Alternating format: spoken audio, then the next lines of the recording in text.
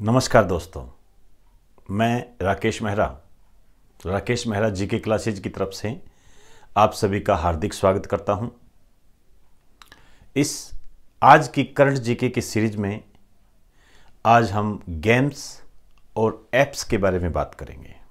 कुछ महत्वपूर्ण ऐप्स आई हैं और कुछ गेम्स हैं, जैसे ओलंपिक से संबंधित है। हालांकि वो जो बड़े लेवल पर जो ओलंपिक होते हैं वो नहीं है, एक छोटा सा ओलंपिक है, उसी तरीके से आपने उसको ध्यान रखना है। दूसरी जो अपनी है, एक सेफ कप हुआ है, सेफ खिताब भारत ने 5वीं बार जीता है नेपाल को हराकर, उसकी हम चर्चा करेंगे। और जिसमें सबसे महत्वपूर्ण जो बात है, ऐप्स जैसे दिसारी ऐप, स्वयं ऐप, और इसके अलावा यदि अपने देखें अभी 3-4 दिन पहले ही बोलो ऐप ये जारी की गई है, शिक्षावाणी ऐप, इन पर चर्चा करेंगे। तो आप साथ में बने रहिए। स्टार्ट करते हैं इस सीरीज को। आज हम सबसे पहले हेडिंग डाल दीजिए, जैसे मैं बताऊं वैसे करना है आपने। पेज के बीच में लिखिए special Olympics world summer games.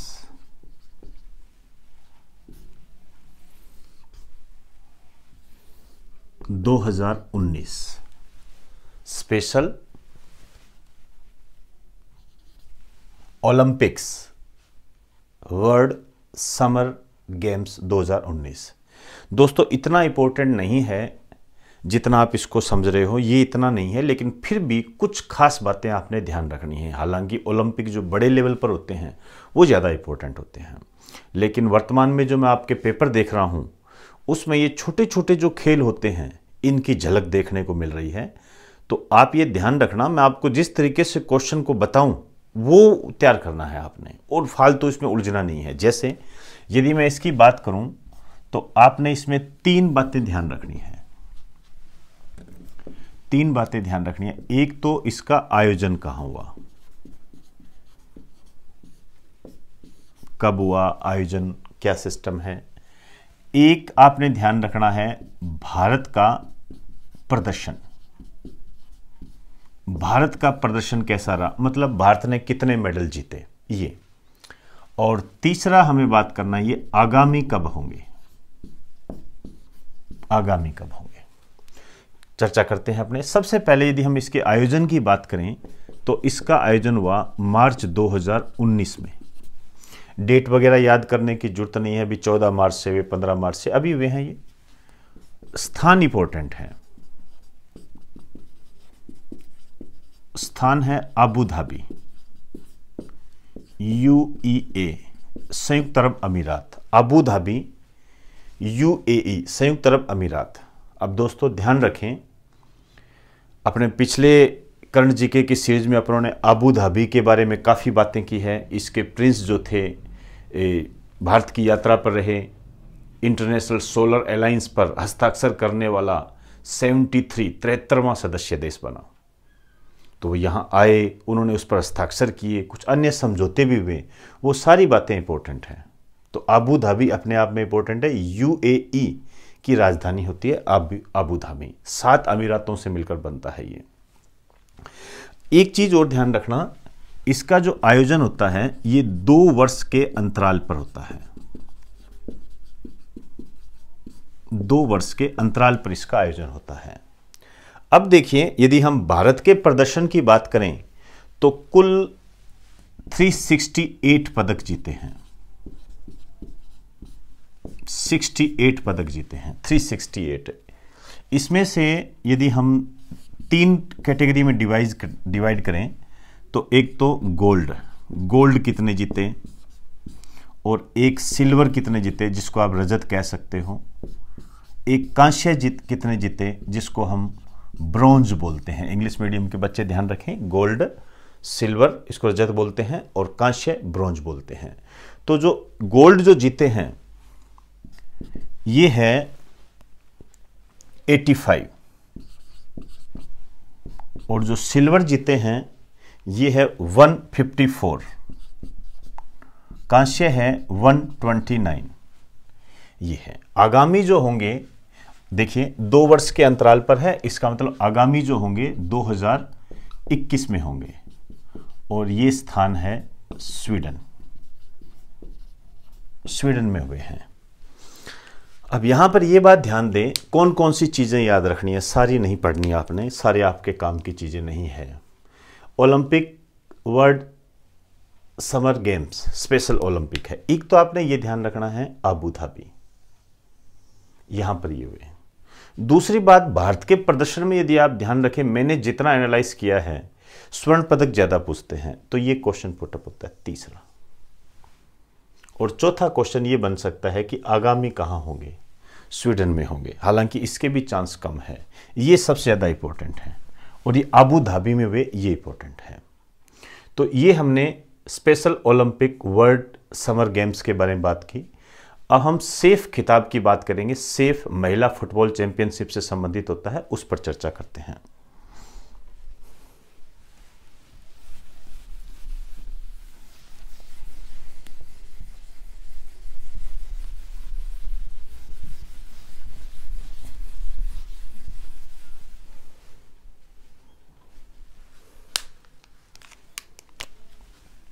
Page के बीच में लिखिए सेफ महिला फुटबॉल चैंपियनशिप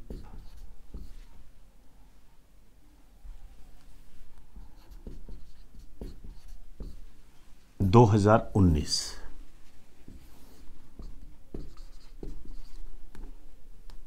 इसमें केवल 2 बातें ध्यान रखनी है आपने, फिर मैं क्वेश्चन बताऊंगा किस तरीके से बनेंगे इस पर। एक तो इसकी मेजबानी किसने की,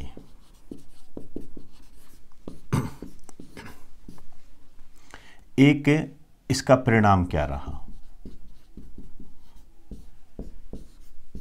2 बातें आपने ध्यान रखनी है। इसकी जो मेजबानी की है नेपाल ने की है, और परिणाम की यदि हम बात करें तो इसमें विजेता जो रहा है ये भारत रहा है, और ये रहा है लगातार 5वीं बार। और उपविजेता, रनर अप बोलते हैं इसको, उपविजेता जो रहा है ये है नेपाल। अब ध्यान से समझना मेरी बात को। देखिए, एक तो सेफ महिला फुटबॉल चैंपियनशिप, यहां पर जो क्वेश्चन बन सकता है वो ये बनेगा कि सेफ महिला फुटबॉल चैंपियनशिप 2019 का विजेता कौन है, भारत। दूसरा क्वेश्चन, सेफ महिला फुटबॉल चैंपियनशिप 2019 को भारत ने निम्न में से किसे हराकर जीता है, नेपाल। और तीसरा जो मेरी नज़र में सबसे महत्वपूर्ण क्वेश्चन बनता है, वर्तमान क्वेश्चन को हम देखते हैं, आपसे कहेगा सेफ खिताब का संबंध किससे है। ऑप्शन में दे देगा क्रिकेट, फुटबॉल, हॉकी, टेनिस। इस तरीके से क्वेश्चन पुटअप होते हैं। तो वो चीजें पढ़नी है जो आपके काम की चीजें हो, फालतू कचरे को हटाते जाइए, वो मैं अपने आप हटाता जाऊंगा। आप बस अपने दिमाग में इसको एक फ्रेम बना दीजिए, ये पढ़ना है, ये नहीं पढ़ना, क्लियर है। उसके बाद चाहे आपका एनटीपीसी का एग्जाम हो, चाहे एसएससी के एग्जाम हो, या अन्य कोई भी एग्जाम हो, आपको करंट जीके से संबंधित कोई समस्या नहीं आएगी। अपने आप को मजबूत कीजिए और कॉन्फिडेंट में रखिए, ये पढ़ना है, ये नहीं पढ़ना है, कचरे को साइड में देखिए। मैं बहुत सारी चीज़ें देख रहा था, अन्य और भी मैंने यूट्यूब वगैरह पे भी देखे, मेरे को ऐसा लगा फालतू में कचरा परोसा जा रहा है। खैर, मैं किसी की अवहेलना नहीं करना चाहता, लेकिन मैंने ऐसी बहुत सारी चीज़ें देखी है, तो मैं थोड़ा सजेस्ट करूंगा इन कचरों से थोड़ा दूर रहिए, ये आपके भविष्य का सवाल है। पेपर पढ़िए, हर शनिवार या हर संडे को जो आपका पेपर होता है उसको देखिए, नया पेपर जो आ रहा है, उस नए पेपर में जो क्वेश्चन बन के आ रहे हैं, जैसे अभी सीपीओ के पेपर हो रहे हैं, आपको पता होना चाहिए, दोस्त आपका देख के पूछो उससे किस तरीके से क्वेश्चन बन रहे हैं। अभी थोड़े टाइम बाद में नेट पे आ जाएंगे, वो नेट पे आ जाएंगे, आप उनका मूल्यांकन कीजिए, इवेलुएट भी कीजिए, उनको समझने का प्रयास करिए और फिर देखिए कि आपकी तैयारी की धार कैसे है। इसे स्ट्रेटेजी बोलते हैं। इसके बगैर हम किसी एग्जाम को क्लियर पाए मेरे हिसाब से इम्पॉसिबल है। तो ये दोनों गेम्स हैं, इन पर काम काम की चीजें ध्यान रखनी है, फालतू कचरा नहीं पढ़ना आपने। तो क्लियर। अब मैं बात करता हूं कुछ ऐप्स के बारे में। 4 ऐप्स के बारे में बात करूंगा, शिक्षा से संबंधित ऐप्स हैं। एक तो शिक्षा वाणी ऐप है, और एक आपकी बोलो ऐप है, स्वयं ऐप है, दिसारी ऐप है। मैं जैसे बताऊं उसी तरीके से आपने इसको राइट डाउन करना है ताकि आपके दिमाग में एक इमेज बन जाए, क्योंकि ऐप्स बहुत सारी है। चलिए स्टार्ट करते हैं अपने।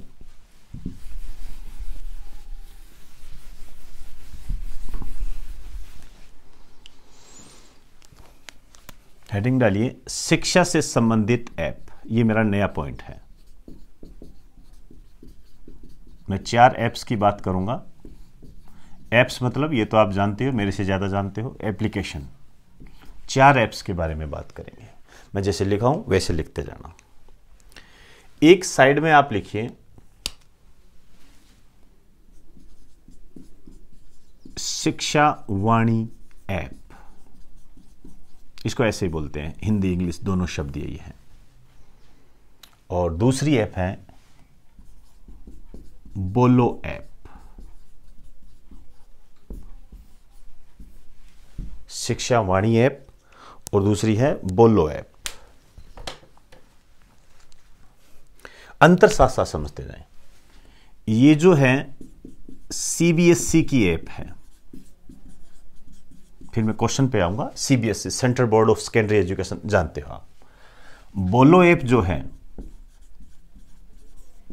ये गूगल की ऐप है। अब गूगल के बारे में तो शायद मेरे से ज्यादा आप लोग जानते हो। गूगल ऐप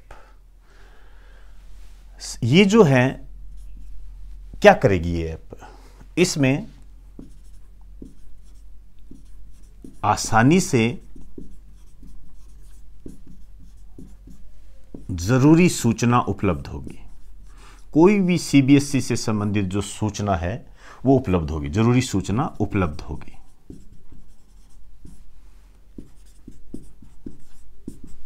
अब बोलो ऐप क्या है? यह है प्राथमिक स्तर पर, प्राइमरी लेवल बोलते हैं इसको। यह प्राथमिक स्तर पर बच्चों को हिंदी व इंग्लिश पढ़ाएगी। बच्चों को हिंदी व इंग्लिश पढ़ाएगी, ये है। अब देखिए यहां पर क्वेश्चन कैसे बन सकता है। आपसे कह देगा निम्न में से गूगल की ऐप कौन सी है, या बोलो ऐप का संबंध किससे है, प्राथमिक स्तर पर हिंदी व इंग्लिश को पढ़ाना, या सीबीएसई से संबंधित सूचनाओं की ऐप कौन सी है, शिक्षा वाणी ऐप। इस तरीके से बनेगा। गूगल की ऐप बोलो ऐप है, सीबीएसई की ऐप शिक्षा वाणी, ध्यान रहे। अब मैं 2 ऐप और लेकर आ रहा हूं।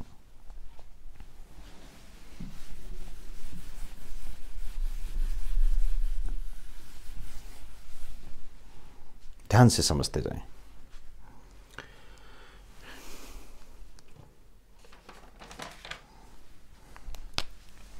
एक है दिसारी ऐप,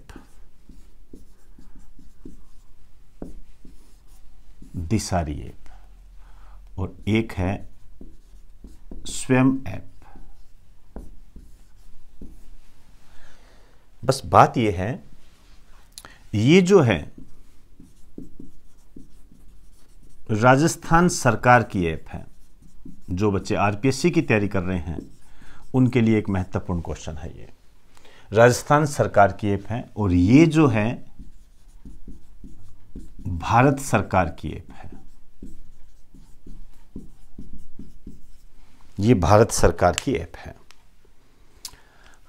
अब ये बात है क्या, तो ये तो पता लग गया कि ये शिक्षा से संबंधित है। दोनों की दोनों जो ऐप है ये लर्निंग ऐप है, लर्निंग ऐप। लर्निंग ऐप मतलब पढ़ाने का काम करेगी, सिखाने का काम करेगी, मटेरियल उपलब्ध करवाएगी, शिक्षा से संबंधित है। दोनों की, बस ये राजस्थान सरकार की ऐप है, ये भारत सरकार की ऐप। आप लिखना चाहो तो कह सकते हो शिक्षा से संबंधित।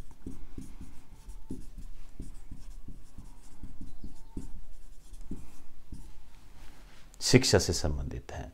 तो ये दोस्तों ऐप के बारे में अपनों ने कुछ बातें की। अब मैं अभी एक न्यूज़ पढ़ रहा था, वीवीपीएटी के बारे में एक पुनः न्यूज़ आई है, उस पर विचार विमर्श चल रहा है वीवीपीएटी के बारे में। खैर उसके छोड़िए, वीवीपीएटी पे क्या विचार विमर्श चल रहा है। अभी आप अप्रैल की 2019 की जब एक प्रतियोगिता दर्पण देखोगे, उसमें एक क्वेश्चन आया हुआ है वीवीपीएटी का पूरा नाम। वो क्वेश्चन में भी आपको करवाऊंगा, ज़रूरी है। आप मेरे साथ मेरे हिसाब से चलते हो तो कोई समस्या नहीं है जी, नहीं तो आप अपने हिसाब से चलिए, हो सकता है आपको उससे ज़्यादा फायदा हो। मैं जैसे बता रहा हूँ वैसे करते जाइए, मेरा जो एक्सपीरियंस है उसका फ़ायदा उठाने का प्रयास करें, आगे जैसा आप उचित समझें। तो वीवीपीएटी का पूरा नाम, पहले तो हम उसकी बात करेंगे।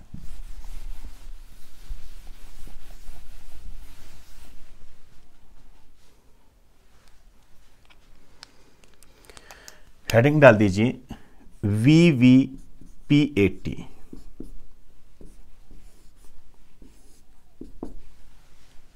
इसका जो पूरा नाम है ये है वोटर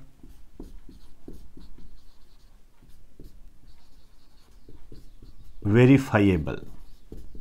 वेरीफाइएबल, ध्यान रखें, वेरीफाइएबल पेपर ऑडिट ट्रेल। यहां पर जो सबसे ज्यादा गड़बड़ी आपकी होगी वो यहां पर होगी, वेरीफाइएबल पर। इसका मैं एग्जाम्पल भी दे सकता हूं, सीडीएस 2018 का क्वेश्चन। अब लिखिए, क्वेश्चन लिखो और उन पर ऑप्शनों पर ज्यादा ध्यान देना। क्वेश्चन ये है सीडीएस 2018 का है, फरवरी में हुआ था ये क्वेश्चन। तो थोड़ा सा सूक्ष्म रूप, बड़ा एक अजीब सा देखा था, मैं उसको सिंपल भाषा में लिख देता हूं। वीवीपीएटी का पूरा नाम है, ये है पहला option.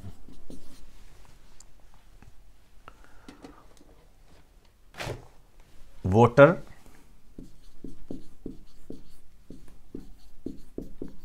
Verifying, voter verifying paper audit trail. Voter verifying paper audit trail.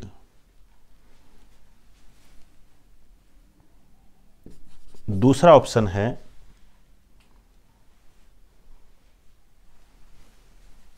Voter verifying poll audit trail.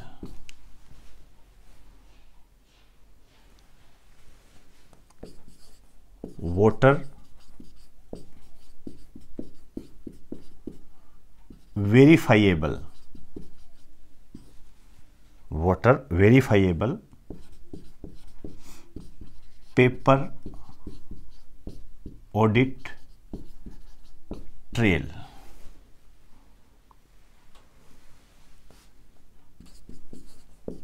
Voter verifiable paper